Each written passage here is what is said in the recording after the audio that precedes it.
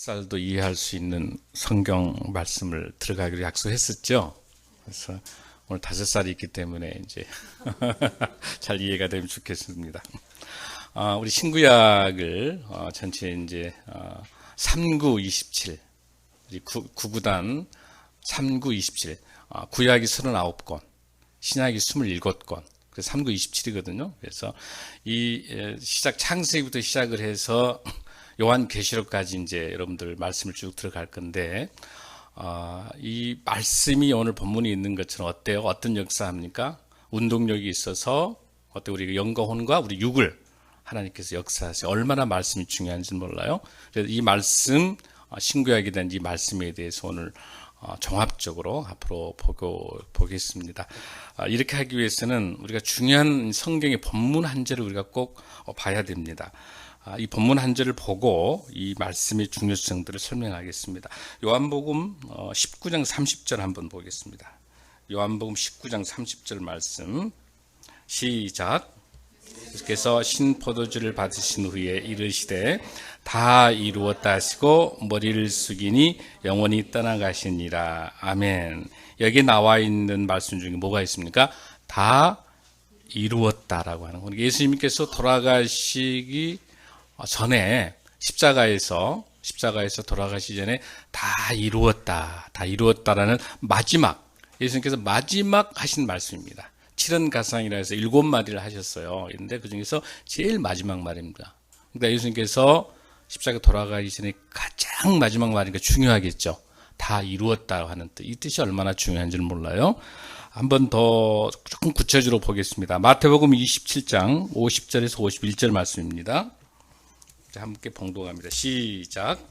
예수께서 다시 크게 소리 지르고 영원히 떠나시니라. 이에 성소휘장이 위로부터 아래까지 찢어져 둘이 되고 땅이 진동하며 바위가 터지고. 아멘. 여기에서 다시 크게 소리 지르시고 영원히 떠나시니, 마지막 크게 소리 지르신 게 뭐겠어요? 다 이루셨다. 다 이루셨다. 그러고 난 다음에 어떤 사건이 발생합니까? 뭐가? 성소, 교회, 성막, 성소, 성전에 있는 성소 휘장이 어떻게 돼요? 위로부터 아래까지 쫙 찢어집니다. 그리고 둘이 갈라집니다. 이 역사가 이 하나님 말씀의 중요성들을 잘 볼 수 있습니다. 이 내용을 알기 위해서는 여러분들이 어디로 가야 되냐면, 지금부터 이제 출애굽기부터 시작해서 요한계시록까지 쭉 이어지는 것 중에 출애굽기로 가야 돼요. 자, 모세. 많이 들어봤을 거예요. 이제 모세가 그 3개월밖에 안 됐습니다. 그런데 그 당시에 이집트에서 창자들을 다 죽여야 되기 때문에 어때요?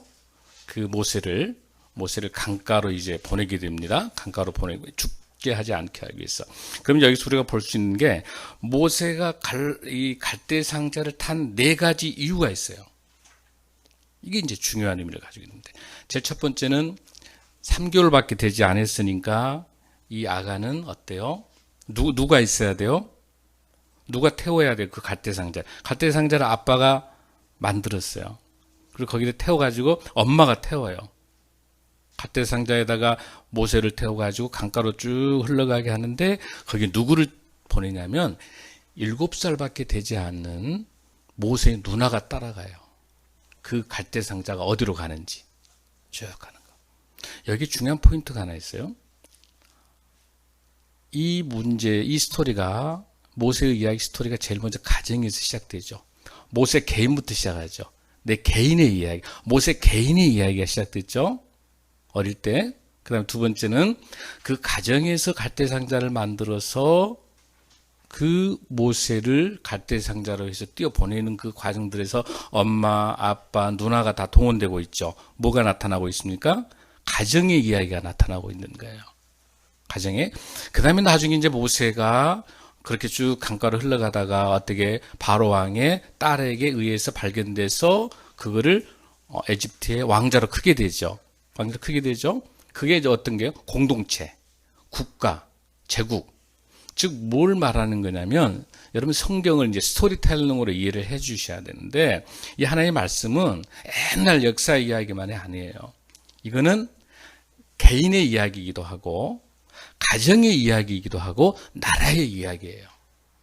성경 복잡하고 어려운 게 아니라 한 인물, 성경에 나타나는 인물의 개인의 이야기이기도 하고 그 개인을 통해서 역사하시는 하나님 우리 주님의 역사가 나타나기도 하고 또 그게 가정의 이야기예요. 여러분 보면은 요셉도 가정 이야기 나타나죠. 그러죠? 수많은 역사들이 또 거기에 나라에 대한 이야기가 나타나요. 그래서 나라가 페르시아라는 나라도 나오고 이집트도 나오고 거기에 바벨론이라는 나라도 나오고 그다음에 로마도 나오고 그러잖아요. 그런 나라의 이야기, 제국의 이야기들이 나오고 있어요. 여기까지는 여러분 정리가 좀 되시죠? 성경이라는 책은 뭐다? 개인의 이야기이기도 하고 가정의 이야기이기도 하고 나라의 이야기구나. 스토리예요. 그래서 여러분 역사라고 하는 게 뭐라고 되어 있어요? 히스토리. 그 히스토리 대문자가 H죠. His story. 그 His가 누구예요? Jesus Christ. 하나님 즉 하나님 예수님의 스토리라는 거예요. 그게 뭐예요? 역사예요. 히스토리. 역사라고 하는 것은 하나님, 우리 예수님의 이야기가 역사예요. 지금까지. 그렇게 여러분들이 큰 틀을 이해해 주시면 좋겠어요. 그럼 제일 먼저 우리가 이제 모세가 그렇게 해서 모세가 이제 바로의 공주에 가지고 이제 왕자 이렇게 크다가 거기에 뭐가 이제 터치가 하게 되냐면 이제 어느 날 이제 모세가 그 궁중 생활하고 있는데 편안한 생활하고 있는데 거기에서 무슨 문제가 발생해요? 히브리 민족의 싸움이 발생하면서 그 누구를 민족 문제를 원래 모세는 어떤 나라 사람이에요? 어느 민족 사람이에요? 히브리 민족이잖아요. 히브리 민족이니까 그 민족을 배신하고 거기에 갈등을 하면서 모욕하는 것 때문에 그 사람을 죽이게 돼요. 그러니까 살인자가 돼가지고 이집트에서 살 수가 없어서 어디로 도망 나오는 게 이제 40년 있다가 나오게 된 게 광야예요. 그 광야로 나오는 그 사건의 스토리도 하나님께서 간섭하고 계시는 거예요. 그래서 40년 동안 광야 속에서 다시 하나님이 찾아오셔서 야 모세야 너희 민족 이대로 도도 되겠니? 아니요 하나님 저 이제 돌아가기도 힘들어요. 하나님이 다시 찾아오셔서 모세에게 모세야 너희 민족이 저렇게 고통 속에서 그 압제 속에서 있는데 너 그렇게 있을 수 있으면 안 되지 않니? 하나님께 찾아오셔서 모세에게 이야기를 해주는 거죠. 그러니까 모세의 마음이 다시 민족에 대한 옛날 다시 히브리 민족에 대한 그 아픔과 그 마음이 다시 회복이 되는 거죠. 그래서 다시 바로에게 가가지고 단판을 짓는 거죠. 나 우리 민족들을 데리고 나가겠다라고. 그래서 이제 거기서 계속해서 5년 동안에 또 9가지 9개월간이 계속 그 기간 동안에 단판을 계속 지는 거죠. 그러면서 여기서 모세가 등장하면서 나타나는 심판은 하나님의 기적을 가지고 나타나는 거죠. 그죠? 바다 같은데 또 여러 가지 곤충들, 수많은 재앙들을 보여주는 거예요. 그런데 여기서 바로는 문명이라는 걸로 도전하게 되는 거죠. 그런 갈등들 속에서 다시 모세가 어떻게 하는가요? 도저히 이 출애굽하는 그런 사건들에 대한 하나님의 역사들 속에서 어떤 마지막 히든 카드를 쓰게 된가요, 여러분들? 유월절이라고 하는 카드를 쓰는 거죠.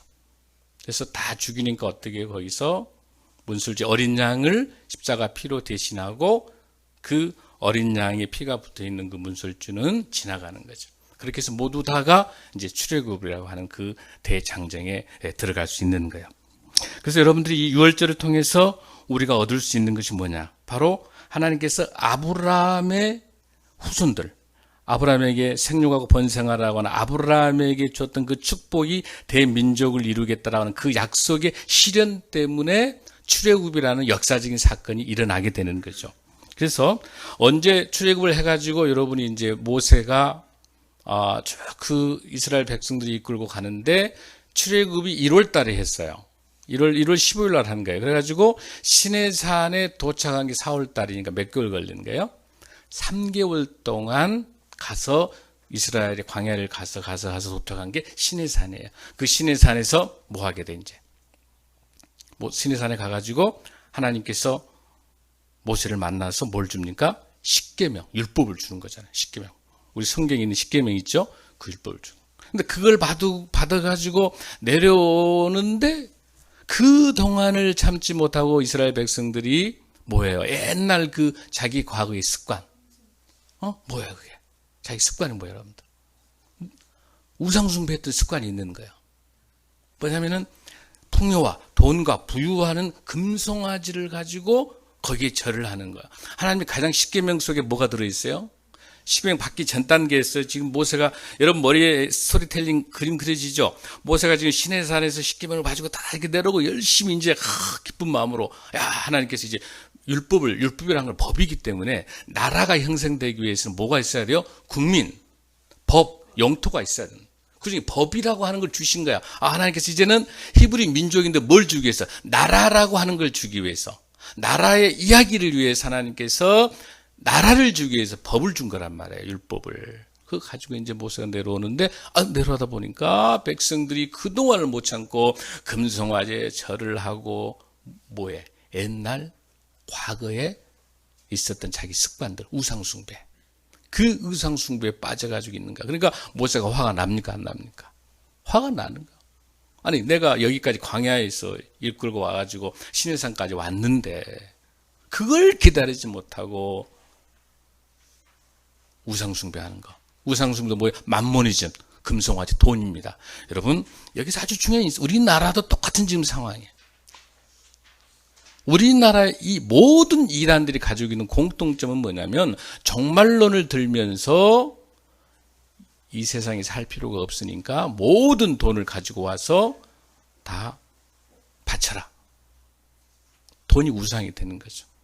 그렇게 해서 여러분 잘 아는 유병헌의 구원파 사건도, 그런 사건들, 오대양 사건들, 수많은 사건. 이번에 또 나타난 그 영생교, 이번에 사건 또 나타났죠. 수백 명의 시체가 이제 발굴된 거죠. 지금 여러분들 그런 시대에 와 있는 거야. 그 우상숭배, 돈이라고 하는 거, 명예, 돈, 그런 것이 우상으로 사로잡혀 있었을 때 그건 곧 뭐예요? 하나님이 가장 싫어하는 거예요. 여러분 이번에 우리나라 이 상황도 여러분 잘 알죠. 내가 구체적으로 설명하지 않겠습니다. 이 최태민 사건 알잖아요, 여러분. 불교, 기독교, 뭐 오당, 무당, 잡신, 그 대무당인 거예요, 무당. 영매락 해가지고 그 유경수가 찾아와서 거기에 현역을 대통령이 무식한 사람이 아니잖아요. 근데 이렇게 이단 사이비와 수많은 무당과 이렇게 해서 현역시키면 뭐가? 물질이, 명예가, 대통령에 대한 명예와 또 돈에 대한 명예와 이런 것들 되게 되면 여러분들, 아무튼 지금 우리가 중요한, 마찬가지 지금 이스라엘도, 이 이스라엘 백성들도 어떤 상황에 와 있냐면, 그동안 자기의 그 기다리지 못하고 과거를 회귀하면서 우상숭배하는 거예요. 그러니까 어때요? 다시 그 율법 준 십계명을 내치면서 깨지는 거예요. 얼마나 화가 나요. 모세도 굉장히 다혈질이잖아요. 기가 막힌 거예요. 그래서 다시 하나님께서 이제 다시 이 이스라엘 백성들을 회개시키고 다시 이제 이 십계명을 두 돌을 깨끗하게 만들어 가지고 다시 올라가서 하나님께서 주십니다. 하나님께서 불쌍히 여겨 주시고 다시 십계명 말씀을 주시면서 하나의 명령을 내리신 거예요. 이제는 성막을 만들어. 십계명을 주면 성막을 만들어. 이 성막이라고 하는 그 성막. 그러니까 이 성막을 통해서 500년 동안에는요, 고정되지 않고 이 언약궤 속에 성막을 가지고 이동하는 거예요. 이동하면서 만드는 거예요. 그래서 그 성막이라고 하는 것들을 하나님께서 만들 수 있도록 그렇게 모세에게 명령을 내립니다. 성막이 거기서 이제 등장하게 된 거죠.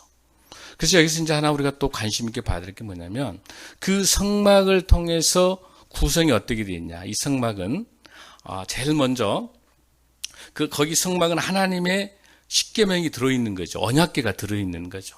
하나님의 언약궤가. 그리고 성막에 대한 그 언약궤는 누가 이동하면서 가지고 다닐 수 있냐면, 그 레위 지파라고 하는 거. 이제 다시 우리가 출애굽이 레위기까지 온 거예요. 지금 제가 오늘 이야기 드리는 거는 스토리를 쭉 이야기해주고, 이 내용이 창세기부터 요한계시록까지 있는 내용을 스토리로 말씀해 드리고 있는 거예요, 여러분들. 지금 이제 다 제사 지내는 거는 레위 자손들을 통해서 제사를 지낼 수 있도록 하나님께서 그 언약궤를 가지고 다닐 수 있도록 그렇게 이동하도록 이렇게 말씀하신 것이죠. 그렇게 이제 이동을 쭉 하다가 어느 날, 이제 어디까지 왔냐면 다윗까지 온 거야. 다윗이 그걸 이동하고 다니는 것이 너무 죄송스러운 거예요. 본인은 어때요? 백향목을 가지고 다윗 궁전이, 아름다운 궁전을 지었어, 다윗은. 궁전이 다윗이라는 왕이 나오는데 그 궁전을 쭉 지었어요. 그 궁전을 짓고 다윗이 이 언약궤를 고정시키자. 이제는 이동하지 말고 예루살렘에 이제 성전을 만들자라고 그렇게 합니다. 그러면서 마지막으로 그 다윗에게 그 성전 하나님이 한 가지의 선물과 두 가지 조건을 줍니다. 자, 하나의 선물은 뭘 주냐면 다윗이 나단 선지자에게 선지자님, 제가 우리 이 언약궤가 너무 이동하는 것이 마음이 제가 그 해달에 가죽으로 만들어가지고 해짓고 다니는 게 너무 마음이 아픕니다. 제가 이제 제가 궁정을 지으면서 이 성전을 짓고 싶습니다. 그런데 다윗이 자기 마음대로 하지 않았어요. 누구에게 물어봤다고 그래서 방금? 나단 선지자에게 물었어요. 그 선지자가 너무 기분이 좋은 거야. 그래 좋아. 그러면 나단도 그렇게 한 게 아니라 다시 하나님께 또 물어본 거야. 하나님, 다윗이 내게 이 성전을 지어서 언약궤를 잘 보관하고 싶은데 하나님 어떻게 할까요? 선지자. 그래, 나단에게 너무 기뻐하신 거 하나님께서. 그래, 나단. 그래, 너 다윗에게 하라고 그래라. 그러면서 주신 게 그 대신에 조건이 하나 있다. 조건이 하나 있는데 절대로 다윗 때 짓지 못하게 하겠다. 너가 짓지 말고 너희 다음 때에 지어라. 그래서 짓게 진 게 뭐예요? 솔로몬이 성전을 짓게 되는 것이잖아요. 솔로몬이. 그리고 또 하나의 그 조건들 속에서 하나님께서 주신 말씀이 하나 있어요. 자, 다윗아, 그 다음에 반드시 내가 설계한 그 설계도로 지어라. 그 두 가지 조건이에요. 아까 제가 뭐가 하나 있다고 그랬어요? 선물 하나 있다고, 선물. 하나님께 주신 선물. 여러분 별로 선물 안 받고 싶으세요? 하나님하고 직접 대화 나누는 거예요. 누구를 통해서? 나단 선지자를 통해서. 무슨 선물이냐면, 다윗이 그렇게 나를 사모하고 나를 이렇게 따르고 하니까 참 기특하구나. 그래서 앞으로 이스라엘의 모든 왕은 어디서 나오냐면 다윗의 이유로 왕이 이 나라를 이끌어갈 그런 선물을 주는 거예요, 하나님께서. 그래서 솔로몬이 되는 거예요. 자, 이런 조건을 주고 난 다음에 이제 다윗이 이제 백향목이라든지 성전을. 근데 다윗은 그런 성전 지을 수 있는 도릴과 나무만 준비했지 본인이 짓지 못하죠? 솔로몬 때 이제 지어진 거예요. 근데 그때 그 성전 이름이 솔로몬 성전이에요. 지금 여러분들 이제 역대상, 역대하고 열왕기 상하 막 지금 여기까지 와 있습니다. 지금 현재. 그건 나중에 이제 제가 설명하겠습니다만. 그래서 그렇게 만들어져 있는 솔로몬 성전이 놀라운 사실 하나 있어요. 그 성전을 지을 때 하나님의 설계도가 아주 중요해요. 설계도가. 하나님 설계도를 줬는데 어떻게 지었냐면 앞에 지성소가 있고 성소가 있어요. 그거는 이동 다닐 때는 500년 동안 이동하고 있을 때는 성소와 지성소밖에 없었어. 성막에가. 근데 성전에는 하나님께서 뭐를 하나 더 만들게 했냐면 이방인의 뜰이라는 거 하나 만들게 한 거예요. 자, 이 그림에서 보면은 제일 가운데가 제일 앞에가 지성소가 있어. 이 지성소는 대제사장밖에 갈 수가 없어요. 아무도 못 가요. 1년에 딱 한 번밖에 못 가요. 대제사장이. 왜냐하면 여기 가서 속죄하러 가는, 속죄를만 들어가는 것이죠. 그게 바로 대제사장이 갈 수 있는 지성소라는데. 그게 이 지성소 밑에는 뭐가 있냐면 언약궤가 있어요. 언약궤. 십계명 있죠. 언약궤가 있는데요. 가장 귀한 자리죠. 그 다음에 이제 성소가 있어요.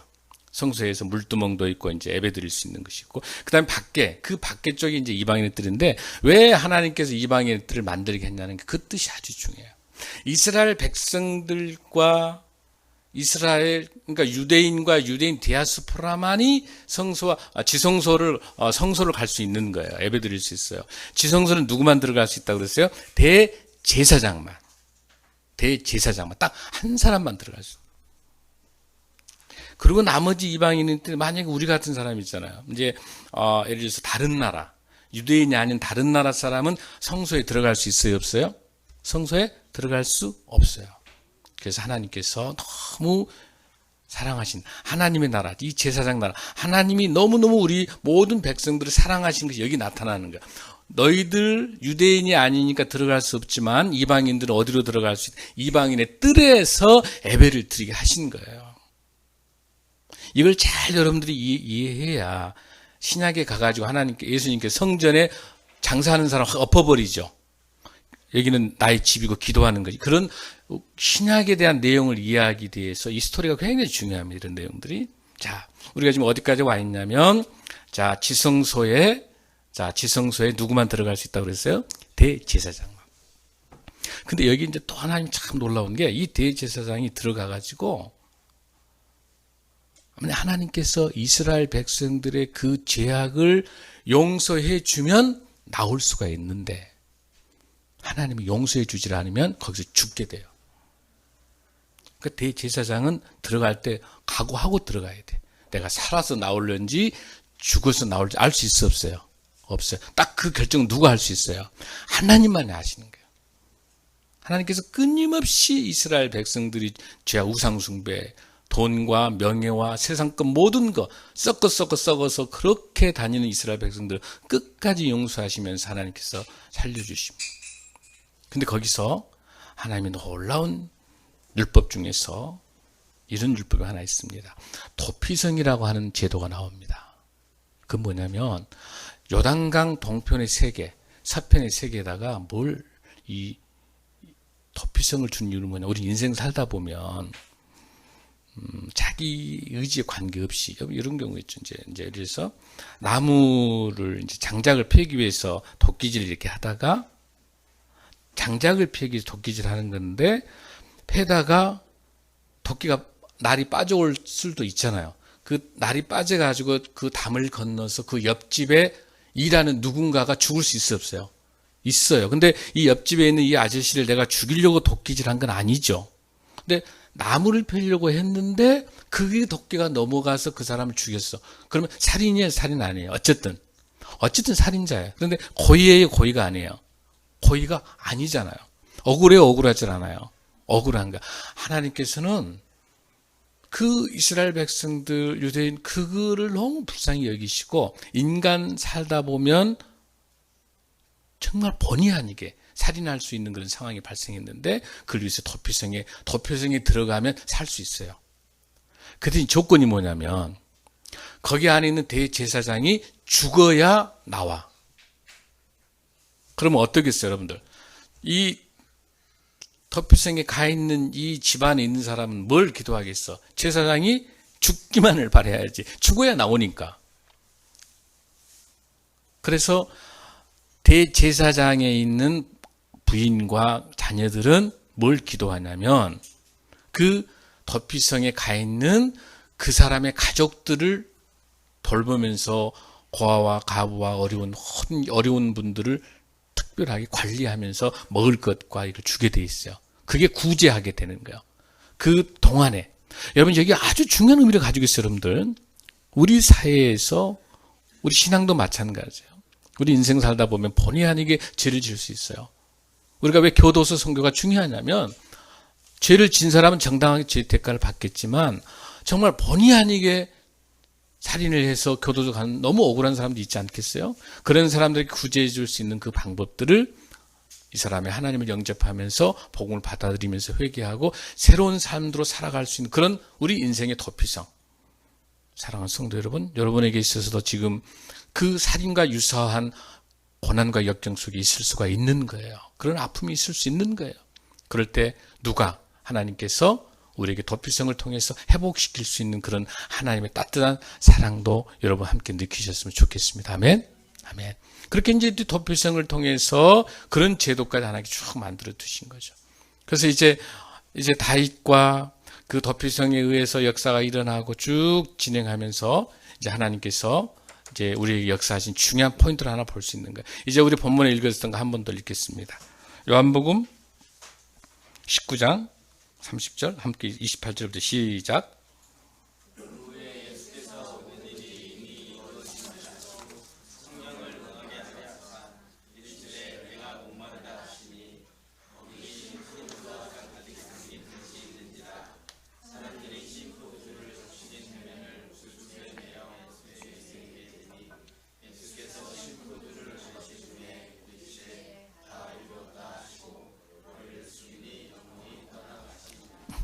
이제 우리가 신약시대로 넘어옵니다.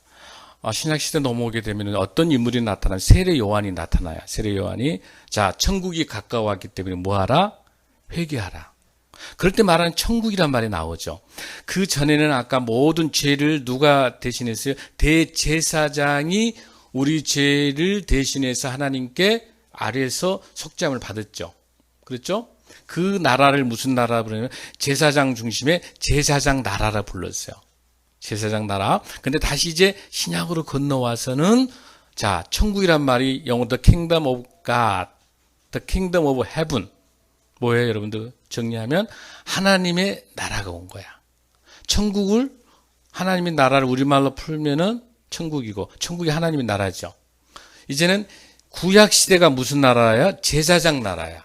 그래 그 제사장 나라가 누가 옴으로 인해서 예수 그리스도를 통해서 하나님의 나라로 오는 과정이 건너가는 거야. 그러니까 이게 before, after. 여러분 AD죠. Anni Domini. Before Christ, BC죠.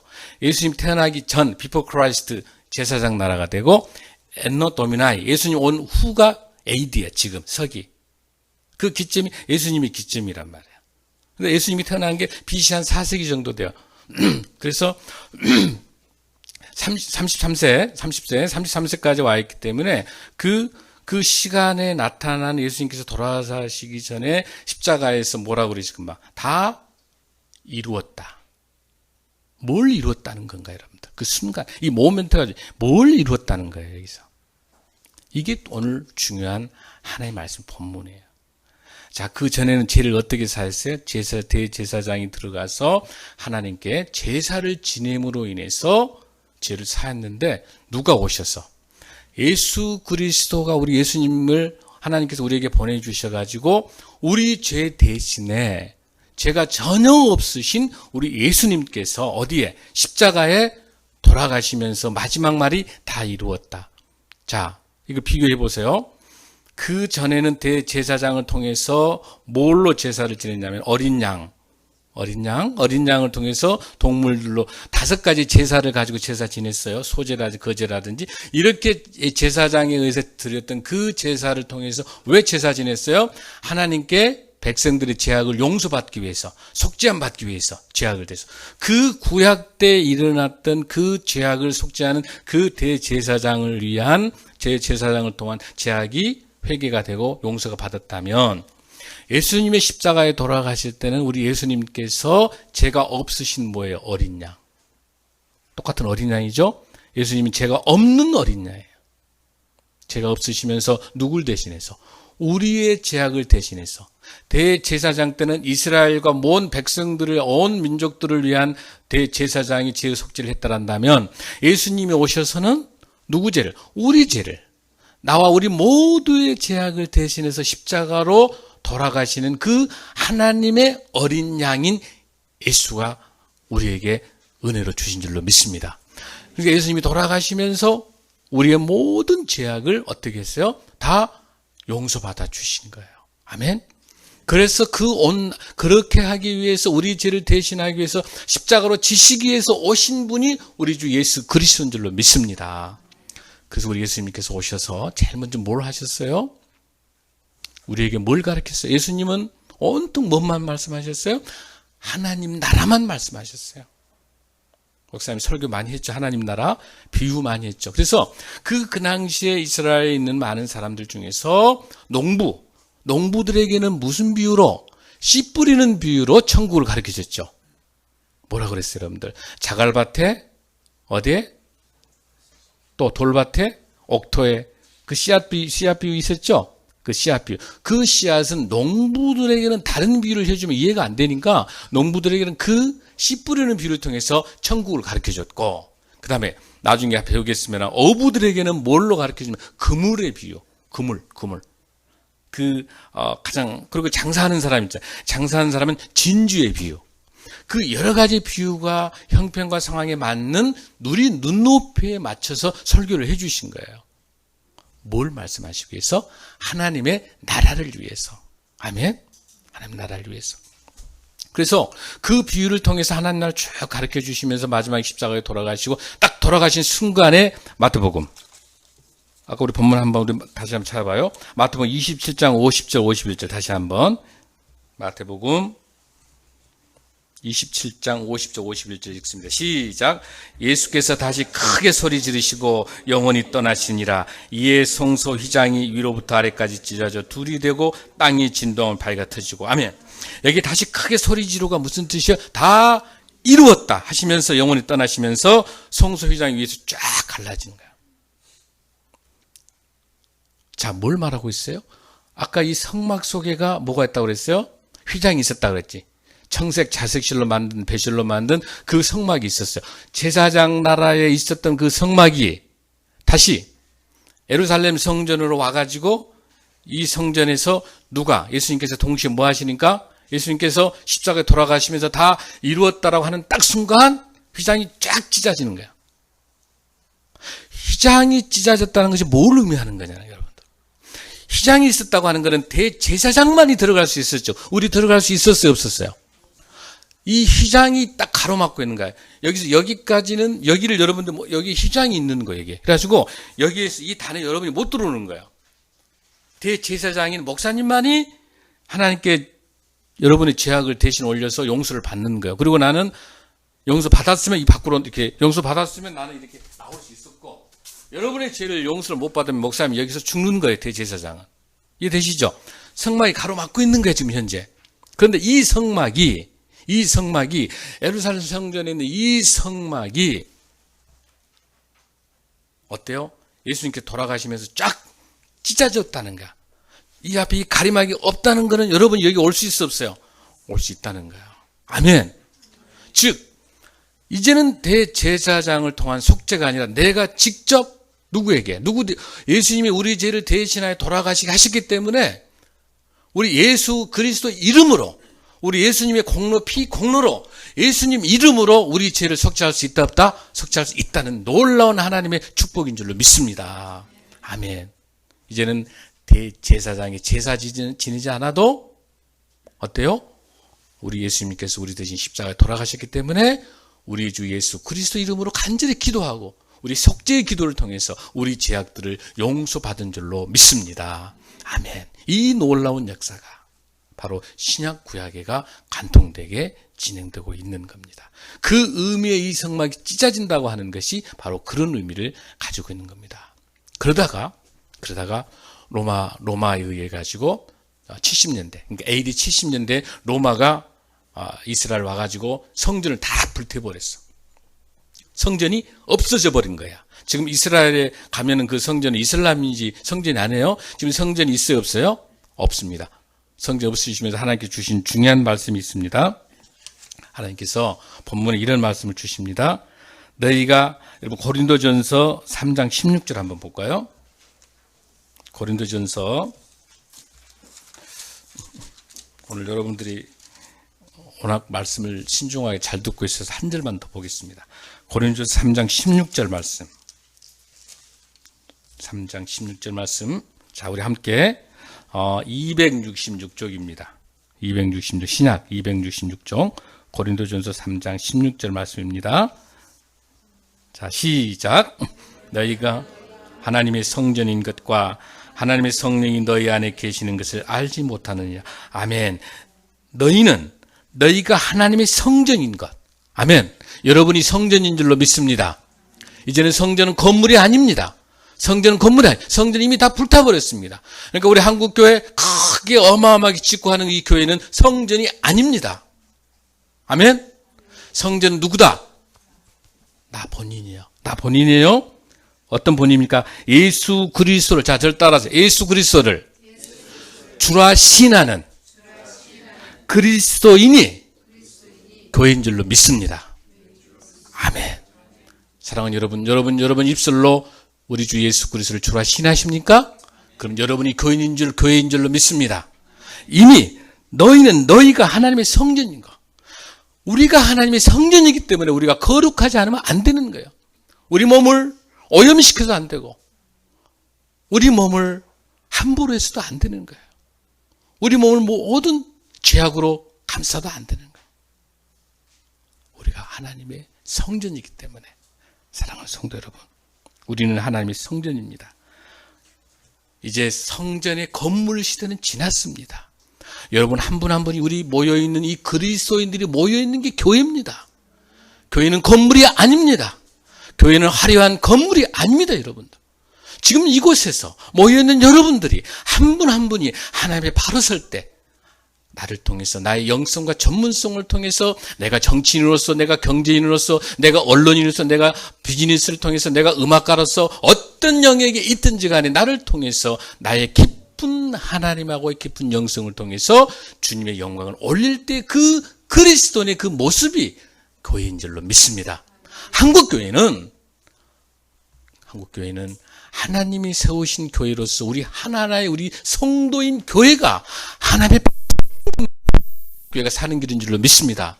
우리가 하나님 앞에 바로 서는 것이 말씀으로 회복으로 바로 서는 것이 대한민국을 살리는 길입니다. 우리가 바로 서진 못하면 대통령조차도 이단에 의해서 마귀 우상에 의해서 이 무당에 의해서 이렇게 농락당할 수밖에 없는 겁니다. 영성이 서질 않으면. 사랑하는 성도 여러분, 이 문제가 대통령만의 문제입니까? 정치인만의 문제입니까? 다른 사람의 문제입니까? 나의 문제인 줄로 믿습니다. 내가 영적으로 깨어있지 못하면, 내가 하나님 앞에 바로 서지 못하면, 내가 이 말씀을 바로 알지 못하면 우리도 세상에 있는 돈과 명예와 세상의 모든 것들 우상, 하나님보다 더 귀하게 여기는 그 우상으로 다 따라갈 수밖에 없는 죄인일 수밖에 없는 겁니다. 사랑하는 성도 여러분, 저와 여러분이 주님이 주신 주님이 거룩한 성전으로서 내 힘으로는 살 수가 없지만 우리 성령님의 은혜 가운데 주님 도와주시옵소서. 주님 정말 제가 욕심도 많고 돈 욕심도 많고 재물과 명예 다 갖고 싶습니다. 주님 그러나 주님 뜻대로 그런 것들이 주님과 가까이 가는 우상이 돼서 나와 방해가 된다면 주님 제가 차라리 가난을 택하겠습니다. 차라리 내가 명예 청소부가 되더라도 내가 주님과 가까이 가겠습니다. 그런 삶을 살려고 결단하는 여러분에게 하나님께서는 아까 누구에게? 다윗에게 주신 축복, 하나님을 간절히 본 축복, 너희 대대로 왕이 나오게 하고 하나님의 축복 주신 것처럼 그런 가운데 주님이 주시는 그 축복으로 흘려보내는 부자가 되길 바랍니다. 주님 은혜로 축복받았던 정치인과 유능한 교수와 유능한 그 비즈니스맨이 돼서 주님께서 주신 그 축복의 돈으로 그 물질로 우상되지 않고 하나님 나라의 귀하게 흘러보내버리는 참다운 믿음의 부자가 되기를 간절히 소원합니다. 아멘. 기도하시겠습니다.